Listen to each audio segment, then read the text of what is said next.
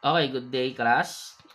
Let's continue our lesson for marketing mix and 4 M's of operation for the session 3. Ito na yung 4 M's operation. This is very short and I hope you're gonna learn things na makakatulong para sa launching ng inyong negosyo. So 4 M's of operation.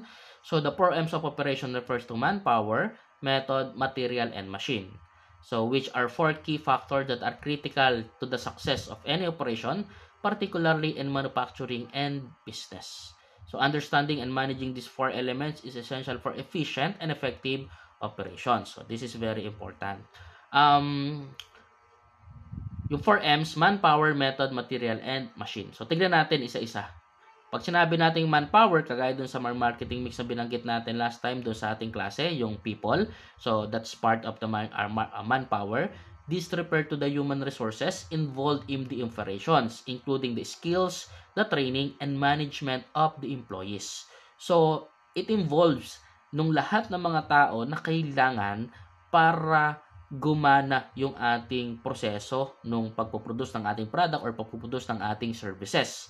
Kasama din dyan sa manpower natin yung skills na meron sila, yung trainings na kailangan nila, at kung paano minamanage sila ang mga employees.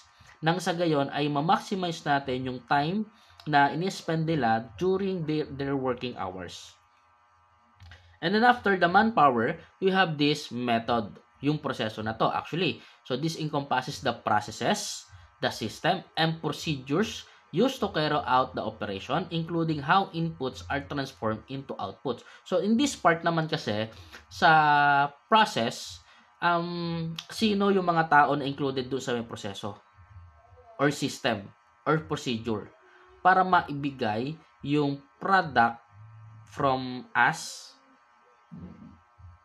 papunta doon sa customers. Okay? So, from input to output ng ating mga produkto. Kasama din dyan yung paggawa ng produkto, production. Sino-sino yung mga tao na yon na yung sistema ng production, packaging. Actually, chine-check pa yan. After ng product, chine-check yan. Quality inspection. After ng quality inspection, pupunta na yun sa packaging. After ng packaging, pupunta yun sa marketing department.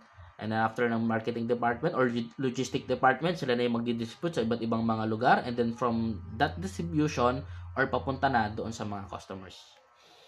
We have these materials. So when it comes to materials, this is the raw materials, components, and other inputs needed for the operation. For example, tayo ay umaangkat ng mga materials sa iba't ibang mga lugar. Ang question doon, gaano katagal dumating yung materials na yun papunta doon sa company or doon sa production area. This is very important kasi halimbawa you are located in Bulacan and your raw materials ay nanggagaling ng ibang bansa. So kailangan mayroon kang allowance na alam mo gaano katagal bago dumating yung mga raw materials na yan. Or meron kang allowance na stock na materials dito na habang hindi mo pa siya nako-consume, umo-order ka na. Why? Kasi hindi natin alam, biglang magkaroon ng bagyo, biglang magkaroon yan ng problema sa custom. Okay? And pwede ka rin mag-isip ng kaparaanan kung possible ba na makakuha ka dito sa Pilipinas. Or ikaw mismo ay makapag-produce ka ng sarili mong team na magpuproduce ng mga raw materials na iyon. Bakit? Kasi hindi natin alam kung ano yung mga pwedeng mangyari sa mga susunod na panahon kung magkakaroon ng bagyo, magkakaroon ng dagdag na singil dyan, or maho-hold yung mga products na yan. Pag ganun yung nangyari, there's high possibility may stop yung operation natin. And we have this the machine. So, syempre, ito naman yung mga equipments, tools, and technology na gagamitin natin sa operation para ma-facilitate yung production or yung service delivery natin or mai-deliver natin yung service natin papunta dun sa ating mga customers. So, you have to identify these machines, these tools, and sometimes merong talaga mga fabricated na mismo magpapasadya ka ng mga machines, ng mga equipments na yan para magawa yung specific product na gusto mong ibigay para sa iyong mga customers. So, after the 4 M's, we have this continued operations. Itong continued operation na to, refer naman to sa mga ongoing or core business activities of a company that are expected to continue in the future. So, syempre, number one dyan, yung sales natin, marketing and sales natin. So, hindi pwedeng mahinto yan. Continued operations yan. Kasi kapag nagpo-produce tayo ng mga products, nagpa-process tayo ng mga products, tapos wala tayong marketing and sales team, there's a high possibility na ma-stock. Saan dadalhin yung mga produkto na yon? Saan dadalhin yung mga produkto na natapos natin papunta sa mga customers natin? So, yung marketing, continued operations yan. It includes any discontinued operation or one-time events. So, yung mga one-time events natin, halimbawa, nag-promotion tayo sa gantong lugar, nagpa-event tayo, so, pwedeng mga one-time events lang yon. Ngayon, itong continued operation, it focus on revenue-generating activities. Kasi doon kikita ang company at kukuha ng pagkukunan para ipagpatuloy yung production, para may pagpatuloy yung paggulong or pag-andar ng kumpanya. So, essentially, to the company's primary business. So, essentially, it represents the sustainable earnings power of the business. Sustainable. So, pag sinabing sustainable, kung ang gastos ng company ay, sabihin natin, 20,000 a month, sustainable, at least 20,000 a month, kumikita yung company. Net sales or net income. Kasi kapag gross yan, nabawasan na yung stocks mo. Ano yung pambibili mo sa susunod? So, these are the core business activities. Continued operations encompasses the main function of companies performs to generate revenue. Ano-ano to? Such as selling goods and services. So, that is for marketing and sales. Selling goods and marketing para malaman ng mga tao yung patungkol sa produkto mo. And syempre, sales para mag-generate ka ng revenue mula doon sa ibinebenta mong product. And ito naman yung exclusion of discontinued operation. So, sa continued operation, ito yung magpapatuloy ng operation ninyo. The discontinued naman, syempre, technically speaking, for the term itself, excludes, hindi kasama, discontinued, hinto na siya. Exclude portion of the business that have been sold. For example, meron kang product na over time, nakita mo, hindi na siya nabebenta. So, hanggang itong batch na lang yung gagawin ko para sa produkto na yun. And after that, sold out na. Hindi na ulit kami gagawa.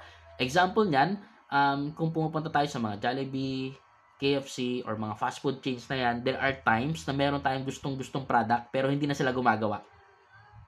Okay? So, mga discontinued operation yon. Or hindi nila ipagpatuloy, pwedeng ang possible cause niyan, masyadong matagal gawin, masyadong maproseso, na nagko-cause sa mga tao na hindi na makilala talaga yung main product nila. For example, Jollibee. We know, kapag sinabing Jollibee, Chicken Joy ang pinag-uusapan dyan. Fried chicken ang pinag-uusapan dyan. Pero, I think nagkaroon din sila ng ibang mga products na hindi na rin ngayon ibinebenta. So, parang alam mo, may parang mga beef, sila din dati, may mga beef na product din sila. Na kung saan, gustong-gusto naman ng ibang mga tao, pero ngayon ay wala na doon sa Jollibee. Na I think, inalis nila yon dahil masyadong costly ang beef, masyadong maproseso ang beef, or kukunti lang yung na-generate ng income sa beef, at ay hindi talaga siya break-even doon sa kailangan magproseso ng produkto na yon, or dahil doon ay hindi na naiaangat o hindi mas nakikilala yung kanilang Chicken Joy. Okay? So, pwedeng iba't iba yung mga dahilan para ma-sold out, para i-close yung specific service or product na yon. So, has been sold, closed, or otherwise disposed of, which are reported separately on the income statement. So, pagdating naman sa income statement, separate na yan. Okay? So, hindi siya sinasama sa income statement natin. And then we have the sustainable earnings. Analyzing continued operation provide insight into a company's ability to generate consistent profits over time. So, usually makikita natin yan doon sa ating income statement. Kasi doon pala makikita natin kung anong mga product yung talagang mabili, ano yung mga product na malaking mataas o mabilis mag-generate ng income sa company. So, pagdating sa sustainable earnings, tinitignan natin dito, yung consistent profit natin over time. And it is separate from non-recurring events or one-time gains or one-time losses natin doon sa ating company. Kasi nga, papunta tayo dito sa final statement reporting. So, in the different lesson, pag-uusapan natin yan. So, pag sinabi natin financial statement, like the income statement, often separate the result of continued operation from discontinued operation to give a clear picture of the company's ongoing financial performance. So kaya naman may financial statement reporting para malaman natin ano ba nangyayari sa company natin. Kumikita ba o hindi kumikita? Kailangan pa bang magpatuloy o kailangan ng isarado? O kailangan natin ng tulong? Okay? So, si financial statement reporting ay malaking bagay para ma-identify natin kung ano ba ang nangyayari sa company natin ngayon. And then after that, actually, itong financial statement, somehow ay tinitingnan din ng mga investors para malaman kung worth it ba na mag-invest sila dito or hindi. So, importance of investors. Investor use information about continued operation to assess a company's core performance, growth potential, and future prospects. Actually, if you're watching Shark Tanks, lagi nilang tinatanong magkano yung product, magkano yung materials for that product, magkano na yung nabenta, gaano na kayo katagal, magkano yung kailangan ninyo as part of the investment para makakuha ko ng shares yan ng 10% o 20% or gusto kong bilhin niya ng buo. Kasi those informations, those figures ay nagbibigay ng insight kay investors kung maganda ba na mag-invest dyan sa company na yan or hindi. Dahil kung hindi, so ba't sila mag-i-invest? Masasayang o sayang lang yung kanilang pera kung mag-i-invest sila doon. At nakikita naman sila, halimbawa, nakakakita sila ng future growth for that business, so they're going and they're willing to invest because they know nakikita talaga sila. So, continued operations, this is the final thought. In essence, continued operations represent the heart of the company's business and provide valuable information for understanding its long-term financial. So, ang goal talaga natin dito, ito yung pinaka-heart ng ating company's business para magbigay ng mga valuable information para mas maintindihan natin ano ba yung kalalagayan ng ating company.